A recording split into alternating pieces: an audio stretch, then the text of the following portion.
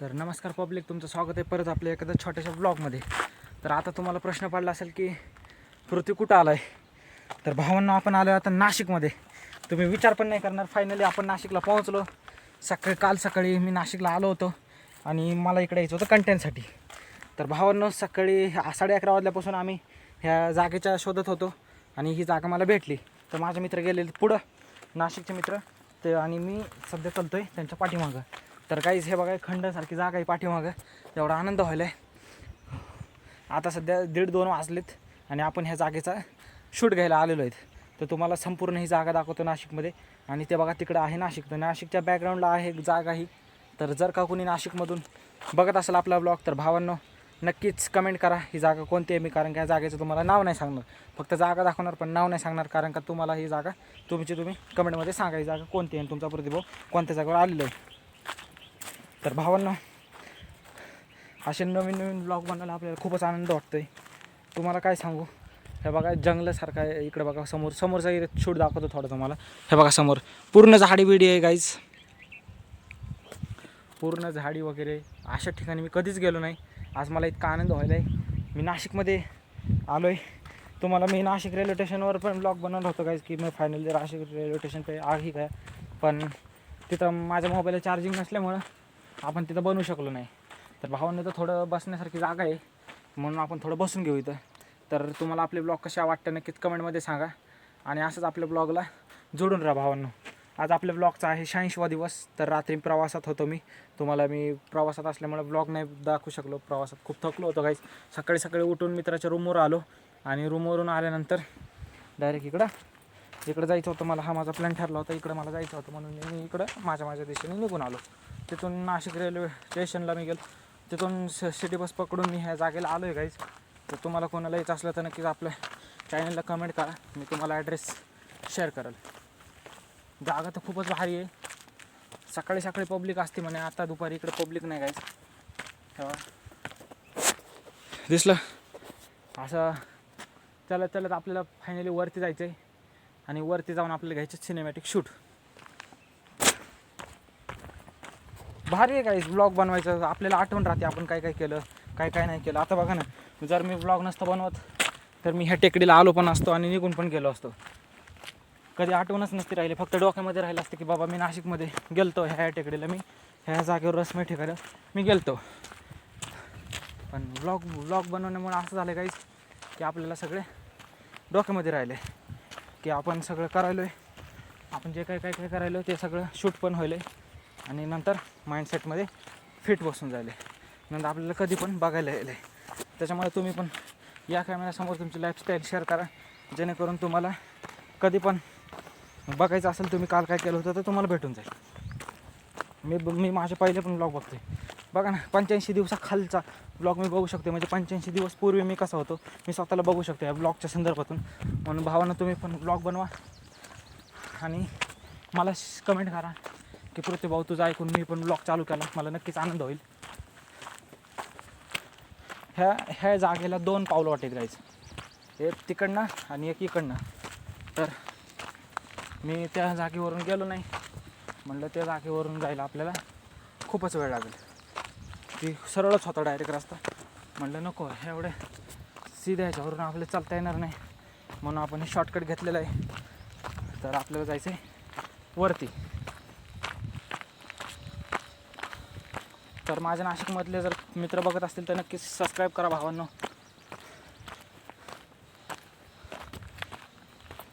आणि नाशिकवरून आपल्याला परत जायचं पुण्याला.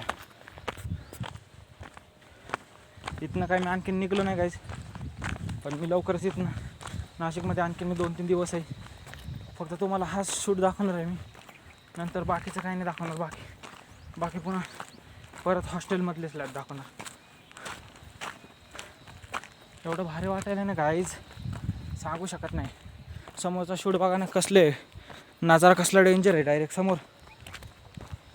वा भाई, एकदम क्वालिटी आहे. समोर पिण्याच्या पाण्याची सोय पण केलेली आहे. वरी तुम्हाला फळं फ्रूट सगळं वरी भेटून जाईल.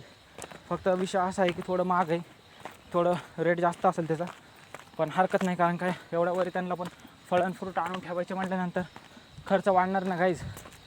कमेंट करा नक्कीच, लाईक करा आपल्या ब्लॉगला. वरी आलो का खाली आलो मला समज नाही. हा रस्ता कुठं जायला आहे?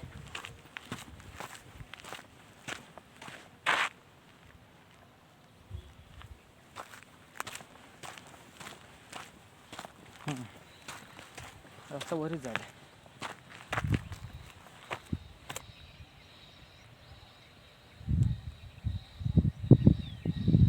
टेकडीच्या खाली तर पब्लिक आहे.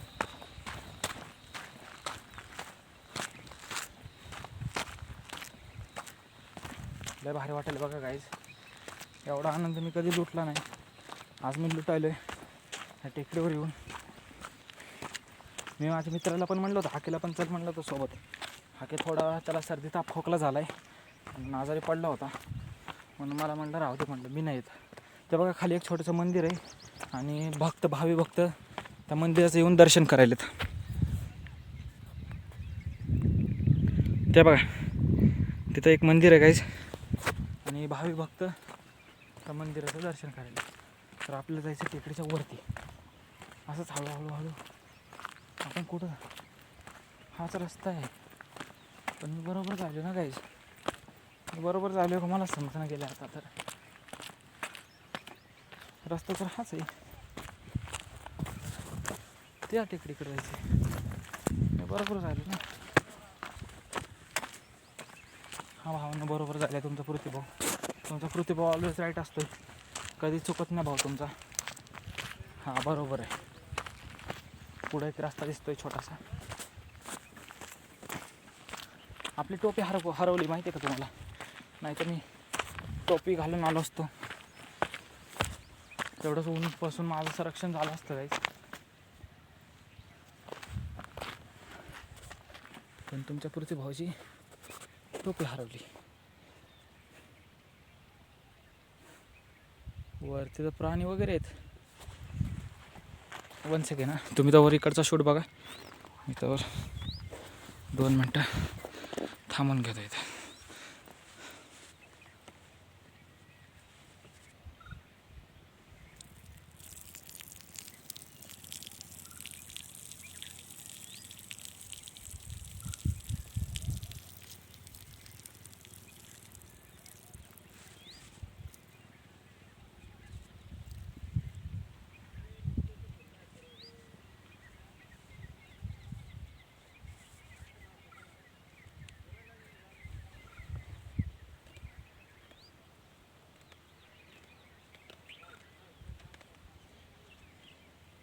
गाईज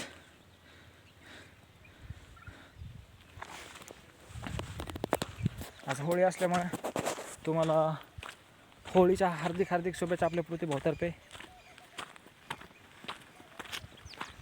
आणि चला आता आपण जाऊ आपल्या दिशेने. वरती गेल्यानंतर आपल्याला बसायचं झाडाच्या सावलीला अर्धा 1 तास आणि परत लगेच रिटर्न आपल्याला वापस निघायचं आहे. तर असंच आपल्या चॅनलला जुटून राहा. आता तुम्हाला मी सगळा प्रवास दाखवतो वरती गेल्यानंतर. तोपर्यंत तुम्ही घ्या विश्रांती, मी पण घेतो आता विश्रांती, कारण का रस्ता आला आहे खडतर, त्याच्यामुळे मला पकड के चलना पडेगा, नाही तो मी गिर सकता हूँ यहाँ से. तर काहीच ठेवतो मग आता मी. आता वरती गेल्यानंतर तुम्हाला दाखवतो वरची शूट. So thanks. तर भावानं तुमचा प्रतिभाव आला आहे वरी आणि थोडं गरमाई होतं म्हणून काढलं होतं मी टी-शर्ट. तर तुम्हाला दाखवतो आता नाशिक कसं दिसतं ह्या टेकडीवरून. ह्या रहस्यमय जागेवरून नाशिकचा खालचा प्रवास दाखवतो. ते बघा तिकडे जे दिसते ना गाईज, ते दूरवर जे दिसतं ते आहे नाशिक. ते बघा ते दूरवर जे दिसतंय ते आहे नाशिक. आणि इकडे बघा इकडे स्टेडियम वगैरे केलेलं. इकडं नाशिकचे बॅकग्राऊंडचं आहे. तर ते तिकडं अंजनेरी दिसते वाटतं टेकडी, आणि ते तिकडं वेगळी टेकडी आहे, माहीत नाही आपल्याला कोणते. पण गाईज एवढा आनंद व्हायला ना मला ह्या टेकडीवर येऊन. बाप रे बाप, नाशिक तर इतकं मोठं आहे, एवढं मोठं आहे नाशिक. ते तिकडे सगळं नाशिकच आहे गाईज. ते समोर ते वाली वेगळी टेकडी आहे. नंतर असंच जायचं असलं आपलं त्या टेकडीवरून त्या टेकडीवर जायचं होतं, पण आज ऊन झालं जास्तच आणि तुमच्या प्रतिभावाला भूक पण लागली आहे, म्हणून केलं कॅन्सल. आणि आपण जाणार इथूनच वापस आता. तर भावांनो, कसा वाटला तुम्हाला आपला हा रहस्यमय जागेचा प्रवास? नक्कीच कमेंट करून सांगा. भेटू आता आपण उद्याच्या व्लॉगमध्ये. आजच्यासाठी एवढं काफी झालं गाईज. एवढं ऊन लागलं नाही, मला वाटलं अर्ध्या वाटेतून किंवा मला आर्मी ऑफिसर पाठवतो वापस, पण तसं काय झालं नाही. त्यांनी माझे कष्ट बघून मला परत वरून दिलं पाठवून. एवढा जागा भारी आहे ना काही, बघा ना तुम्ही इकडं, डर के आगे जीते डायरेक्ट. तर भावांनो मंदिराचं दर्शन झालं आणि तिकडल्या मंदिराचं दर्शन करून भाऊ तुमचा निघाला आता इकडल्या मंदिरात. इकडलं तिकडलं तुम्हाला नाही समजणार. तिकडं होतं देवीचं मंदिर आणि इकडं जे आहे ते आहे महादेवाचं मंदिर. तर भावांनो आपण निघालो आता महादेवाच्या मंदिराचं दर्शन घ्यायला आणि दर्शन घेऊन तसंच आपल्याला तिकडे जायचं आहे आणि तिकडून खाली उतरून परत आपल्याला जायचं आहे जिथून आलो होतो आपण तिकडे जायचं आहे.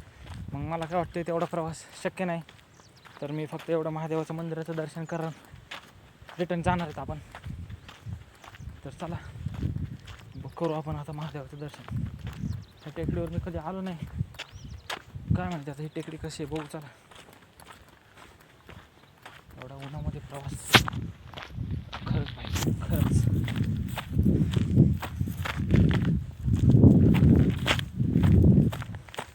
इतने धूप में क्या कर रहे हो भैया? गाइस एक भैया देखो कितनी धूप में बैठे. धूप नहीं लगती आपको? धूप लगती है ना. तो छाव के नीचे बैठना चाहिए था ना. नहीं अभी थोड़ी देर में घर पे ही जाऊंगा. अच्छा अच्छा. हाँ. इतने धूप में बैठे गाइस. मैंने पूछा धूप नहीं लगती क्या, मैंने बोला अभी घर पे जाना है. एवढं भारी वाटायला ना बघा. असं ब्लॉग बनवलं ना लोक आहे ना तुम्हाला घाबरतात माहिती आहे का. लोक डायरेक्ट घाबरतात. त्यांना वाटते बाबा ह्याच्या नादी नका लागायचं, कारण का हे दिसताच खतरे दिसायला लागलाय असं लोकांना वाटते. चला जाऊ आता वर. इकडं आहे महादेवाचं मंदिर. मंदिराचं घ्यायचं आहे आपल्याला दर्शन. आजचा ब्लॉग लई मिनिटाचा होणार आहे, लॉंग कंटेंट होणार, लॉंग,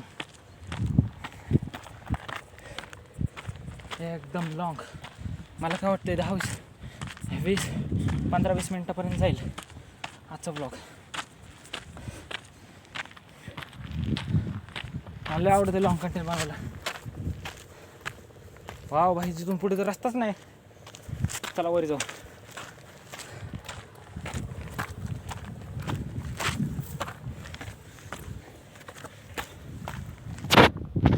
बापरे बाप.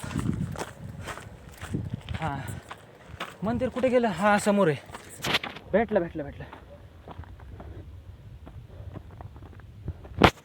समोर भेटलं एक मंदिर. भावांना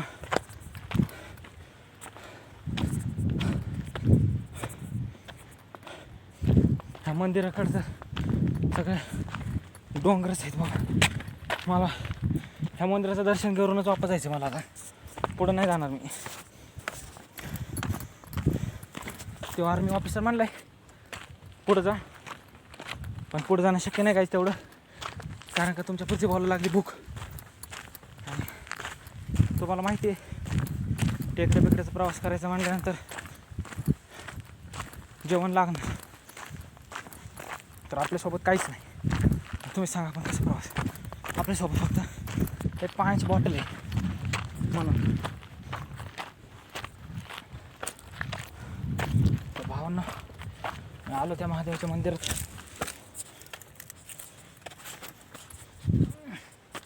आता बऱ्याच जणांना काय वाटत असेल की कंटेंटसाठी कुठं पण फिरायला आहे, तर कंटेंटसाठी नाही भावांनो. माझं लय मोठं काम आहे इथं ह्या मंदिरात. दर्शन घ्यायचं त्या मंदिराचं म्हणून आलो मी इकडं. एवढा लांब यायला काय मी काय हे काय. तुम्ही या कधी, तुम्हाला दाखवतो मी मंदिर कसं आहे. नाशिकमध्ये एवढं भारी ठिकाण असं मला तर कधी माहितीच नव्हतं काहीच. लयच भारी आहे नाही. त्या टेकडीवरून सगळं दिसते बरं का. त्या टेकडीवरून सगळं दिसते. पाठीमागं जे आहे तिच्यावरून सगळं दिसतंय.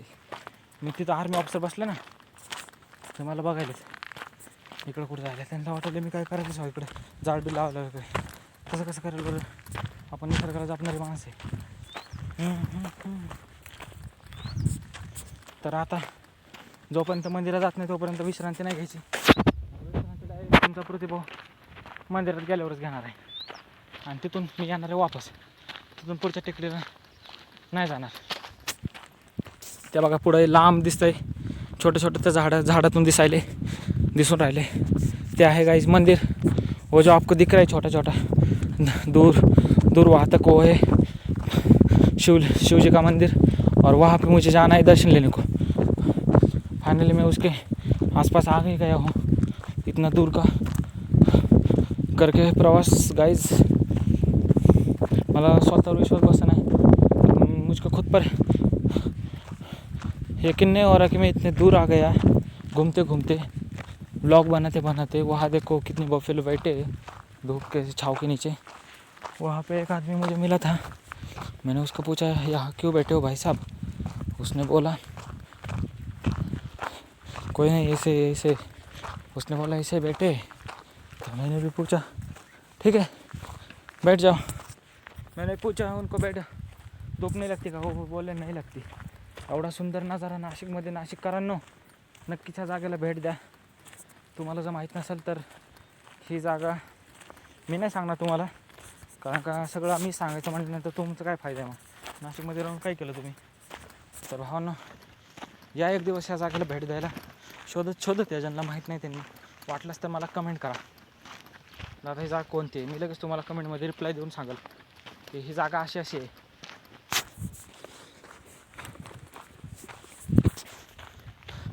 आजचा ब्लॉग लय मोठा झाला काय, लय मोठा.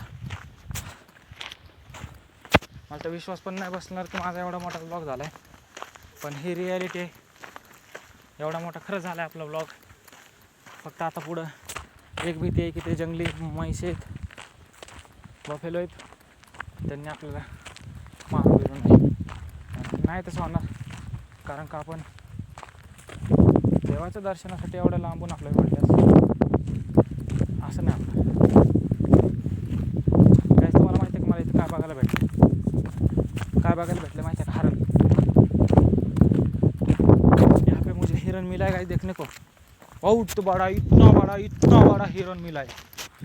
आपको नहीं दिखेगा क्योंकि मेरे से वो बहुत दूर है. मेरे आँखें भी वहाँ तक नहीं पहुँच रही. तो कैमरा क्या जाएगा, कैमरा नहीं जा सकता वहाँ पे. इसके पीछे लोग रहते हैं गाइस. एक्चुअली खेती है लोगों की. इसके उधर से दरी है, खाई है उधर से, और इधर से देखा तो लोगों के खेत है. तो खेतों में लोग रहते हैं. और ये जो भैंसा है ये किसी का भी नहीं गाइस, ऐसा ही छाँव के नीचे बैठे. आप देख सकते हो. मैं फाइनली शिवजी के मंदिर के पास आ ही गया गाइस. शिवजी के मंदिर के पास में आ ही गया. और मुझे इतना अच्छा लग रहा है कि मैं जहाँ जाना चाहता था अकेला, मैं वहाँ आ ही गया, वो भी अकेला. ये देखिए गाइस, ये है वो छोटा सा मंदिर. और हम जाएंगे इसके अंदर. वाओ, यहाँ पे तो पानी भी है गाइस. तो पहले हम यहाँ पे निकालेंगे हमारे शूज़.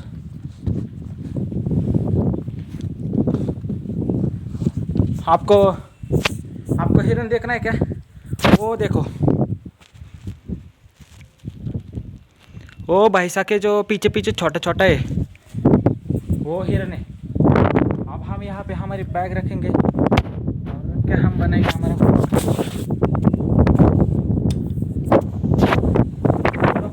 एवढं भारी वाटायला इकडं मंदिरात येऊन.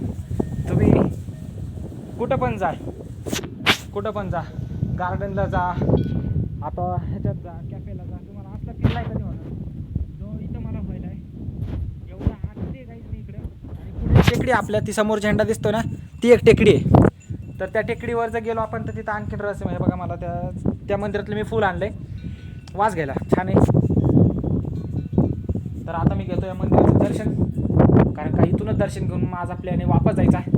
कारण का खूप झालं आहे आणि एवढं लांब तिकडं चालायचं सोपं नाही. इथून जायचं आता आपल्याला वापस परत त्या टेकडीला जायचं आहे. त्या टेकडीला आणि तुम्हाला झूम करून दाखवतो, ती जी समोर दिसते टेकडी, त्या टेकडीला जायचं आहे. आणि तिथून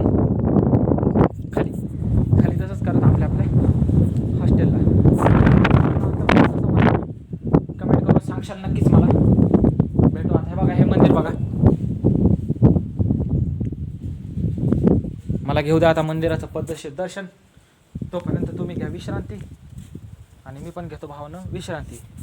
चला तर मग भेटूया पुढच्या अशाच नवीन कंटेंटमध्ये भेटूया आपण. बघू आपल्यासोबत आपण रोज. मी म्हणलं नाही का तुम्हाला ब्लॉगमध्ये सोपं आहे, फक्त आपली तयारी पाहिजे. तर काहीच वाटेल एकटा चालू बरं इकडं नाशिकमध्ये असून सिटीपासून मी इकडे एकटा आलो. तर भावांनो, मला घेऊन आता ह्या जागेत